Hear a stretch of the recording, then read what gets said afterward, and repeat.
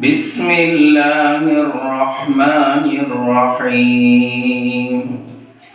اللہ کے نام سے شروع کرتا ہوں جو بے حد مہربان نہایت رحم والا ہے۔ اِنَّا أَنزَلْنَاهُ فِي لَيْلَةِ الْقَدْرِ، بے شک ہم نے اس قرآن کو شب قدر میں اتارا۔ وَمَا أَدْرَاكَ مَا لَيْلَةُ الْقَدْرِ، اے پیغمبر تم کو کچھ معلوم ہے شب قدر کیا ہے؟ لَيْلَةُ الْقَدْرِ خَيْرٌ مِّنْ أَلْفِ شَهْرٍ، شب قدر خیر و برکت میں 1000 مہینوں سے بہتر ہے۔ تنزل الملائکۃ والروح فیہا بإذن ربہم من کل امر، اس رات میں فرشتے اور روح الامین اپنے پروردگار کے حکم سے ہر کام کے انتظام کے لیے زمین پر اترتے ہیں۔ سلام ہی حتی مطلع الفجر، وہ رات پرامن سلامتی ہے، وہ رات صبح ہونے تک اپنی برکتوں کے ساتھ رہتی ہے۔ یہاں شب قدر کی فضیلت بیان کی گئی۔ قدر کے معنی ہی بڑائی کے، بلندی کے، عظمت کے ہیں۔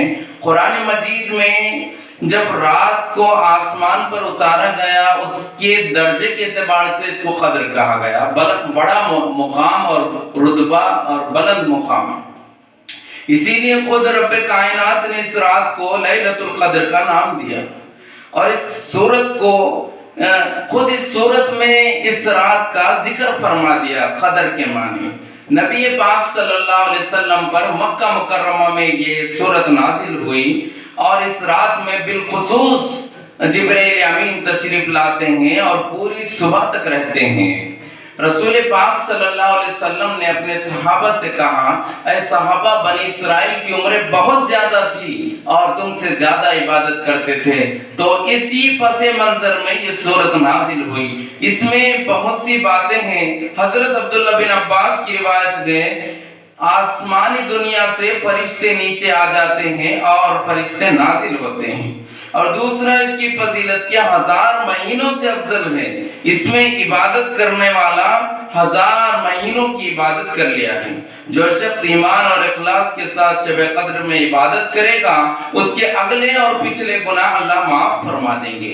تیسری بات یہ ہے کہ فرشتے جبرائیل امین صبح تک رہتے ہیں، اور خود آقا مدنی محمد عربی صلی اللہ علیہ وسلم نے کہا ہے، اور بعض عوام کا یہ غلط عقیدہ ہے کہ اس میں روحیں آتی ہیں۔ روحیں نہیں، بلکہ فرشتے ان سارے معاملات سے الگ ہیں۔ اس میں قانون بنایا جاتا ہے، امور بنائے جاتے ہیں، زندگی اور موت کے فیصلے ہوتے ہیں۔ اور پانچویں بات یہ ہے، یہ سلامتی والی رات ہے، اور صرف مغرب کے بعد عشاء کی جماعت بھی پڑھ لے تو اس نے اس رات کا حصہ پا لیا ہے۔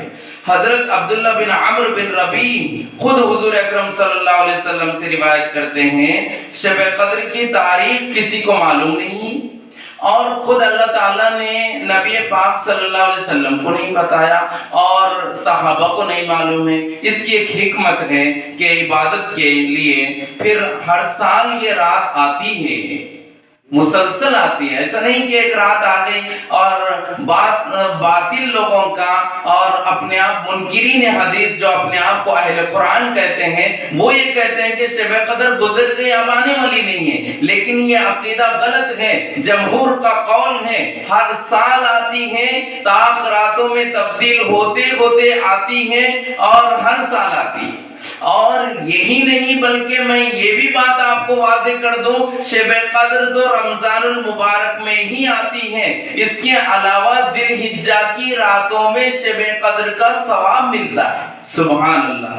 پھر ہر سال یہ رات آنا اس بات پر بھی دلیل ہے، تنزل کا لفظ جو اختیار کیا گیا عربی گرامر کے اعتبار سے، اس میں بار بار آنے کو ذکر فرمایا ہے۔